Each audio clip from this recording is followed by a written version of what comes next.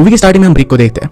वो फ्रांस नाम के एक आदमी को टॉर्चर कर रहा था। उसके मुंह में जलते हुए सिगरेट को डाल देता है, उसके हाथ पैर बांध कर उसे केरोसिन के टब में डाल देता है। इसके बाद हम देख सकते हैं कि ब्रिक ने फ्रांस के ग्रुप के सारे लोगों को मार डाला था। जैसे ही ब्रिक बिल्डिंग से बाहर निकलता है, पीछे से फ्रांस के रूम में बड़ा सा ब्लास्ट होता है। मूवी में बहुत सारे सीन्स आगे पीछे दिखाए जाएंगे, पर मैं आपको एक लीनियर फैशन में स्टोरी बताऊंगा। हमें पता चलता है कि अमेरिका में क्राइम बहुत बढ़ गया था। इस क्राइम को रोकने के लिए गवर्नमेंट ने एक न्यू वे निकाला। सब लोगों के ब्रेन में गवर्नमेंट ने एक चिप को प्लांट कर दिया। इस चिप का फायदा यह था कि जब भी कोई क्राइम करने के लिए जा रहा है तो हेडक्वार्टर से उस आदमी को रोका जा सकता है। क्रिमिनल उसी स्पॉट पे फ्रीज हो जाता है। इस सिस्टम का नाम एपीआई सिस्टम है। बहुत सारे बैंक्स में रॉबरी हो रही थी, तो वहां पर ये सिस्टम इंस्टॉल किए गए थे। बैंक के पास अगर कोई भी रॉबरी करने के लिए आता है तो इस सिस्टम से वेव्स छोड़कर उस आदमी को फ्रीज कर सकते थे। और इसके बाद हम ब्रिक को कुछ लोगों को मारते हुए देखते हैं। इसमें मैक्स और उसके गैंग के मेंबर्स भी थे। ब्रिक उन लोगों को क्यों मार रहा था, इसके पीछे का रीजन हमें आगे पता चलेगा। नेक्स्ट सीन में बताया जाता है कि ब्रिक अपने ब्रदर रॉय के साथ एक गैंग चलाता है जो मिलकर रॉबरी करते हैं। अब एपीआई सिस्टम आ गया था तो उनके रॉबरी का बिजनेस सही से चल नहीं रहा था। वो लोग एक रॉबरी करने का प्लान बनाते हैं, इसमें गैंगस्टर फैमिली का सपोर्ट भी लेते हैं। उसका नाम डोमिनोज फैमिली था। डोमिनोज फैमिली के पैसों के सपोर्ट से ब्रिक, रॉय और उनके मेंबर्स ने बैंक रॉबरी की थी, पर एपीआई सिस्टम की वजह से सब कुछ गड़बड़ हो गई थी। उनका एक मेंबर उसी रॉबरी में मारा गया था, पर कैसे वैसे कर वहां से भाग कर आए थे। ब्रिक ने गैंगस्टर फैमिली को यह बताया कि रॉबरी में जो भी पैसे मिले थे वो सब पैसे बैंक नहीं रह गए। वो झूठ बोल रहा था क्योंकि उसी के पास सारे रॉबरी के पैसे थे। ये बात ब्रिक के ग्रुप के दो मेंबर्स फ्रांस और मैक्स ये गैंगस्टर फैमिली को बता देते हैं। इन्हीं मूवी के स्टार्टिंग में ब्रिक्स ने मार दिया था। गैंगस्टर फैमिली को ये बात पता चलने के बाद ब्रिक को अंडरग्राउंड होना पड़ता है। इसी दौरान रॉबरी की वजह से रॉय को पुलिस पकड़ लेते हैं। जेल में रॉय को पुलिस ने बहुत टॉर्चर किया और इसी वजह से रॉय की डेथ हो गई। ये जब बात ब्रिक को पता चली तो उसे बहुत बुरा लगा। तो गुस्से में रॉय फ्रांस और मैक्स को मार डालता है। इसके बाद उसने डिसाइड किया कि खुद को भी जान ले लेगा। एक रैंडम ड्रग डीलर से न्यूरोटॉक्सिन ड्रग बाय करता है। ड्रग खरीदने के बाद इसे वो लेने वाला था, पर तभी वहां पर शेल्बी नाम की लड़की आती है। उसके करीब आने की कोशिश करती है। ब्रिक भी शेल्बी से अट्रैक्टेड था, तो दोनों बाथरूम में जाकर इंटीमेट हो जाता है। इंटीमेट होने के बाद ब्रिक से केविन नाम का एक आदमी मिलने के लिए आता है। वो ब्रिक को बताता है कि मैं जेल में रॉय के साथ ही था। जेल में रॉय और मुझे दोनों को टॉर्चर किया गया था। उन पर एक बार एपीआई सिस्टम की टेस्ट की गई और इसी टेस्ट के दौरान रॉय की डेथ हो गई थी। ये बात ब्रिक के लिए शॉकिंग थी, पर उसे और भी ज्यादा शॉक लगता है जब उसे पता चलता है कि शेल्बी केविन की फियांसे थी। तो दोनों जल्दी शादी करने वाले थे। ब्रिक को कोई आइडिया नहीं था कि शेल्बी फिर उसके साथ क्यों थी। एपीआई सिस्टम आने के बाद अमेरिका के सारे गैंगस्टर ही कनाडा भागना चाहते थे क्योंकि वहां पर एपीआई सिस्टम नहीं था। प्रॉब्लम ये थी कि कनाडा के बॉर्डर पर बहुत ही हाई सिक्योरिटी थी। इसी वजह से मोस्टली गैंगस्टर जब वहां पर जाते हैं तो सिक्योरिटी की वजह से मारे जाते हैं। अब केविन ब्रिक से बात करता है और उसे अपना प्लान बनाता है। वो लोग अमेरिका की सबसे बड़ी रॉबरी करेंगे। वो लगभग $1 बिलियन की होगी और इसके बाद वो कनाडा निकल जाएंगे। वहां पर वो आराम से अपनी लाइफ को एंजॉय कर सकते हैं।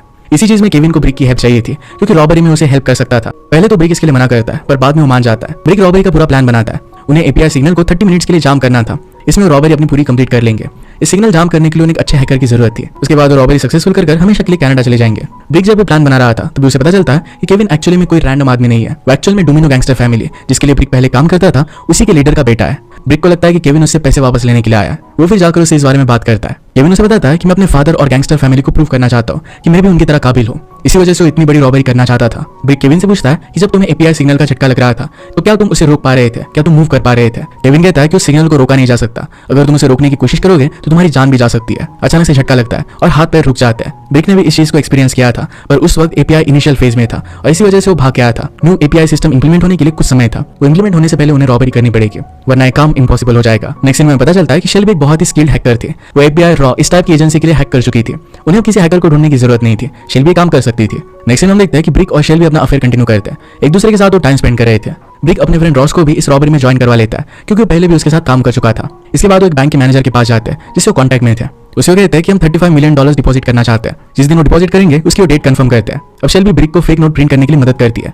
वो दोनों मिलकर $35 मिलियन के फेक नोट्स बनाते हैं। और इसके बाद हमें पता चलता है कि शेल्बी एक एजेंट है जो उसी सिटी के एफबीआई की एजेंसी के लिए काम करती है। वो ब्रिक के पास इस रॉबरी के बारे में इन्फॉर्मेशन निकालने के लिए आई हुई थी। ब्रिक ने ऑलरेडी बहुत बड़ी रॉबरीज की थी और ऑफिसर्स को शक था कि शायद वो फिर से करेगा। शेल्बी को यह सब करना पड़ रहा था क्योंकि ऑफिसर्स ने उसकी सिस्टर को किडनैप करके रखा था। अगर शेल्बी उनकी बात नहीं मानती तो उसकी सिस्टर को टॉर्चर करते थे। शेल्बी को उनकी बात माननी पड़ रही थी, पर यह सब बात ब्रिक को पता चल जाती है। शेल्बी का सच उसे पता चल गया। नेक्स्ट सीन में ब्रिक केविन के साथ उसके फादर से मिलने के लिए जाता है। हमें पता चलता है कि केविन को कुछ समय पहले एक ग्रुप ने मारने की कोशिश की थी जिसे उसके फादर ने भेजा था। उनकी फैमिली हर कोई इंटरनली एक दूसरे को हिट करता था। इस बात को जानने के बाद केविन बच गया है। उसके फादर उसे शूट करने की कोशिश करते हैं। शूट करने के बाद केविन सिर्फ इंजर्ड होता है, पर अपने फादर को एक्स से मार डालता है। और इसके बाद फादर की सारी सिक्योरिटी ब्रिक और केविन पर अटैक करने के लिए मेन रूम में आ जाते हैं। पर तभी वहां पर केविन और ब्रिक एक सीक्रेट डोर से वहां से बाहर निकल जाते हैं। निकलते वक्त सेल्फ डिफेंस में केविन अपनी सिस्टर को भी शूट कर देता है।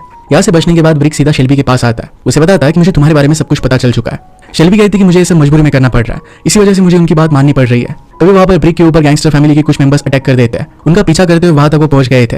वो ब्रिक से केविन का लोकेशन पूछने के लिए उसे टॉर्चर करने लगते हैं। शेल्बी उनसे कहती है कि मैं केविन की फियांसी हूं, तो लोग ये जानने के बाद शेल्बी को ही अपने साथ लेकर जाते हैं ताकि केविन उनके पास वापस आ जाए। यहाँ हम देख सकते हैं कि मूवी के स्टार्टिंग में हमने ब्रिक को फ्रांस को मारते हुए देखा था। उस ब्लास्ट में फ्रांस बच गया था। उसकी पूरी बॉडी जल गई थी। वो अब जिंदा है और गैंगस्टर फैमिली के साथ काम कर रहा था। वो ब्रिक को टॉर्चर करने के लिए वैन में आग लगा देता है और उसे वहीं पर मरने के लिए छोड़ देता है। तभी वहां पर रॉस आ जाता है और सबसे पहले फ्रांस को मार डालता है उसने ब्रिक को वैन से निकालकर उसकी जान बचा ली। अब यहाँ से सीधा ब्रिक शेल्बी को बचाने के लिए जाता है। गैंगस्टर फैमिली के बहुत सारे मेंबर्स ने उस पर अटैक किया, पर ब्रिक सबको मार डालता है। ये जो फाइट चल रही थी तो शेल्बी को वहां से वो लोग लेकर जाते हैं। हम शेल्बी को देखते हैं जिसके शरीर में फोर्सफुली उन लोगों ने ड्रग इंजेक्ट किया था। उसको असॉल्ट करने की कोशिश करने वाले थे। वहां पर ब्रिक आ जाता है और उस गैंगस्टर मेंबर को मार डालता है। यहाँ हम देख सकते हैं कि ब्रिक और शेल्बी एक दूसरे से प्यार करने लगे थे।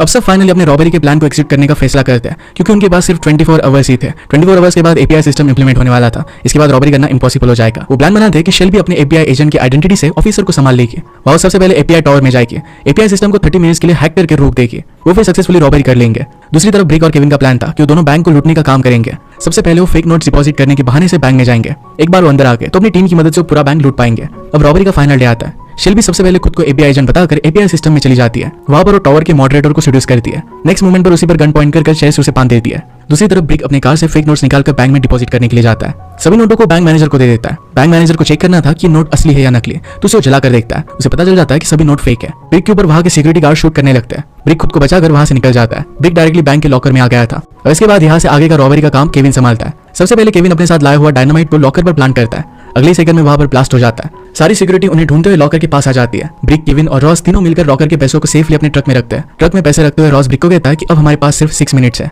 30 मिनट्स के लिए एपीआई सिस्टम हैक हुआ था, उसमें से अब सिर्फ 6 मिनट्स बाकी थे। ब्रिक को अब जल्दी काम फिनिश करना पड़ेगा। ये जब सब काम चल रहा था तो एपीआई सिस्टम के ऑफिसर्स सिस्टम को वापस से रिस्टार्ट कर देते हैं। सिग्नल स्टेबल होने की वजह से सिग्नल पूरे टावर में फैल जाता है। इसके बाद ब्रिक और रॉस अपनी जगह से हिल भी नहीं पाते। उनके सर में बहुत ज्यादा दर्द होने लगता है। यहाँ हैरानी की बात यह थी कि केविन इस एपीआई सिस्टम में भी बड़े आराम से मूव कर पा रहा था। ऐसा लग रहा था कि इसका उस पर कोई भी इफेक्ट नहीं हो रहा। केविन फिर रॉस को शूट कर देता है। ब्रिक ने उसे पूछा कि तुम ऐसा कर क्यों रहे हो। केविन तभी रॉस को शूट कर मार डालता है। ब्रिक बहुत ही कंफ्यूज हो गया था कि केविन उन्हें धोखा क्यों दे रहा है। केविन ब्रिक को बताता है कि रॉय की जान पुलिस ऑफिसर्स ने नहीं, तो मैंने ली थी। एक्चुअल में जेल में रॉय और केविन के बीच में फाइट करवाई गई थी। एपीआई सिस्टम के अंदर दो ह्यूमंस कैसे परफॉर्म करते हैं ये ऑफिसर्स को देखना था, उसी वजह से उनकी फाइट हुई थी। इस फाइट में रॉय केविन पर भारी पड़ रहा था। वो केविन को मारने वाला था, तभी एपीआई की इंटेंसिटी रॉय पर बढ़ा दी जाती है। केविन फिर रॉय को मारने लग गया। रॉय पर बहुत ही ज्यादा असर हो रहा था, इसी वजह से वो खुद को कंट्रोल नहीं कर पाता। केविन ने फिर रॉय को मार डाला था। केविन को पता था कि ब्रिक ही रॉय का ब्रदर है। अगर ये सब बात उसे पता होती तो ब्रिक उसका कभी भी साथ नहीं देता। वो कहता है कि मैंने तुम्हें बताया कि पुलिस ने ये सब किया था ताकि तुम उनके खिलाफ रिवेंज ले सको, इस रॉबरी को तुम अच्छे से कर सको। वो बातों बातों में उसे ये भी बताता है कि एपीआई सिस्टम से कैसे बचा जा सकता है। ये सब सुनते हुए ब्रिक केविन को मारने के लिए गन उठाता है। केविन ही ब्रिक को शूट करता है। ब्रिक की कंडीशन बहुत ही खराब हो गई थी। केविन ब्रिक को मारने वाला था, तभी ब्रिक हंसने लग गया। केविन इस बात से कंफ्यूज हो जाता है। तभी पीछे से एपीआई एजेंट आ गए थे और केविन को मार डालते हैं। वो ब्रिक के पास आए और कहते हैं कि हम तुम्हें नहीं मारेंगे क्योंकि ऑलरेडी तुम्हें 2 गोलियां लग चुकी है। वो ब्रिक को वैसे ही तड़पता छोड़कर वहां से जाने वाले थे। जाते जाते एक एजेंट ब्रिक से कहता है कि मैं शेल्बी का अच्छे से ख्याल रखूंगा। ब्रिक इस बात से बहुत ज्यादा गुस्सा हो जाता है। अपने पॉकेट में रखा हुआ पॉइजनस ड्रग की टैबलेट्स वो ले लेता है। ये टैबलेट्स लेने की वजह से अब वो मूव कर पा रहा था। उन दोनों एजेंट्स को वहीं पर वो शूट कर देता है। दूसरी तरफ हम शेल्बी को देखते हैं जिसे एक पुलिस ऑफिसर ने पकड़ लिया था। उसे पूछ रहा था कि इस रॉबरी में तुम्हारा रोल क्या है। वो पुलिस ऑफिसर उसकी हेल्प करना चाहता था, पर शेल्बी उसकी बात नहीं मानती।